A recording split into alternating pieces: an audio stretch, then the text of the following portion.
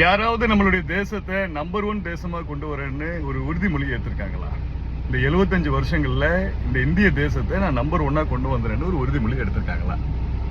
அப்படி நம்ம ஸ்கூல்ல படிக்கும் போதோ காலேஜஸ்லயோ நம்மளுடைய பிசினஸ் ப்ரொஃபஷனல்ஸோ அடிக்கடி பேச சொல்லி நம்ம கேள்விப்பட்டிருக்கோம்ப்பா. எங்களுடைய கண்ட்ரி நம்பர் 1 வந்துரும் சொல்லி எத்தனை பேர் நம்ம வாழ்க்கையில சொல்லியிருக்காங்க. நம்மளுடைய மனங்கள்ல அந்த விதையை நெடாம போனதோடு யாருடைய தவறு? ஆசிரியர்களா, பெற்றோர்களா, மனைவியா, மக்களா, யார்?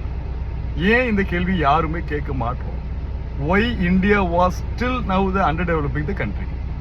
என்ன காரணம்? எல்லாத்துக்குமே நம்ம பின்தங்கின நிலையில இன்னும் இருக்கிறதுக்கு காரணம் என்ன? கிரைம் ரேட் குறையாததுக்கு காரணம் என்ன? இந்த அறிவு புரட்சின்னு ஒரு விஷயத்த நான் உருவாக்குறது நிறைய என் வாழ்க்கையில வெறுத்து போய் ஏகப்பட்ட விஷயங்கள் பார்த்து என் கண்ணு முன்னாடி ஏகப்பட்ட பேர் மறைஞ்சு போய் மரணிச்சு இவ்வளவு பிரச்சனைகளும் இந்தியாவில் இருக்கிறது காரணம் என்ன?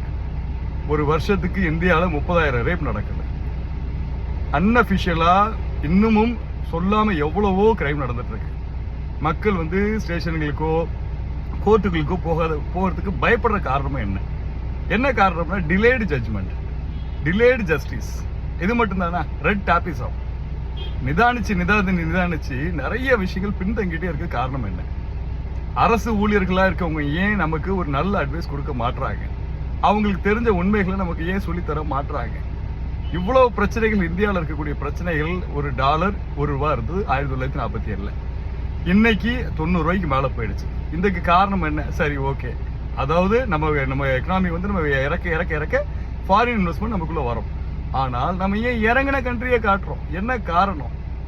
ஏன் இன்னமும் படிப்பறிவுல நம்ம நம்பர் 1 வரல? இன்னமும் பேங்க் அக்கௌண்ட்டோ டெக்னாலஜிக்கல் செக்டரோ ஏன் இன்னமும் வீக்கா இருக்கு? ஒரு மதர் போர்ட் ப்ராசஸரோ எல்லாத்துக்குமே ஃபாரினுக்கு கையேந்த வேண்டிய சூழ்நிலை காரணம் என்ன? சைனாவுடைய வளர்ச்சி ஜிடிபியோட லெவல் 5 மடங்கு நம்மளை விட உயர்ந்து இருக்கிறது காரணம் என்ன? நம்ம கிட்ட என்ன இல்லை, நம்ம கிட்ட என்ன இருக்கு? நம்ம கிட்ட இருக்கிறது பலம், நம்ம கிட்ட இருக்கிறது அறிவு பலம். அறிவாளிகளை ஒன்று சேர்க்கக்கூடிய புரட்சியா இது புரட்சி இருக்கும். இல்லைங்க, நீ ஒரு முட்டாள், நீ நீ என்னமோ பேசுற, பைத்தியக்கார மாதிரி பேசுறேன்னா நீங்க என்ன அப்படியே பாருங்க. நான் கொடுக்குற குரல் இன்னைக்கு கொடுக்குற குரல் ஒரு 30 வருஷம் கழிச்சாவது எதிரொலிக்கட்டும், 2050 எதிரொலிக்கட்டும். சொல்லி சொல்லி சொல்லி சொல்லி மனசுக்குள்ள சப்கான்சியஸ் மைண்ட் சொல்லுவோம். எவ்வளவோ பல்ல கிடைச்சிட்டு பிற்பாடு தானே ஒரு விஷயத்தை நம்ம வெளிப்படுத்துறோம். சொல்லுங்க, என்னுடைய 16 வயசுல இருந்து நான் ஒரு கனவு கண்டு இன்னைக்கு 36 வயசு 20 வருஷமா அப்படியே பாக்குறேன். 4 முறை ஆட்சிகள் மாறுது. யாருமே வல்லரசு தேசத்தை நோக்கி ஒரு பயணத்தை கொண்டு வரும்ன்ற உறுதிப்பாடு யாரும் எடுக்கவே இல்லை. இந்தியா முழுக்கவே இந்த எதிரொலி வர மாட்டேங்குது. நல்லது செய்யறவனுக்கு இடம் கிடையாது, நல்லவனுக்கு இடம் கிடையாது. கேட்டா கலியுகம், கலிகாலம். இருக்கக்கூடிய பாராளுமன்றம் சொல்லக்கூடிய அத்தனை எம்பியுமே சட்டங்களை கடுமையாக்க கை தூக்குறது கிடையாது. எதனால? ஏன்? ஒரு செக் பவுன்ஸ் ஆச்சுன்னா ஒரு வருஷமோ 3 மாசத்துக்குள்ளேயோ ஒரு நிரந்தர தீர்வு எடுத்து கொடுக்கக்கூடிய ஒரு ப்ராப்பரான ஜஸ்டிஸ் இங்க இல்லை. உண்மையை சொல்றேன். எவ்வளவோ கேஸ்கள் ஏன் டிலேட் ஆயிட்டு இருக்கு? இவ்வளவு வேகமா துரிதமா செயல்படுத்துறதுக்கு நாம ஏன் முன் வர மாட்டோம்? இன்னமும் பிரிட்டிஷார்ஸுடைய வழக்கு முறையை நம்ம இன்னமும் பின்பற்ற காரணம் என்ன? இந்த கேள்விகளுக்கு பதில் தான் அறிவு புரட்சி. பதில் இருக்கா சார்? சிம்பிளான பதில், ரொம்ப எளிமையான பதில். மக்களுக்கு அறிவை கொடுக்காத காரணம் என்ன?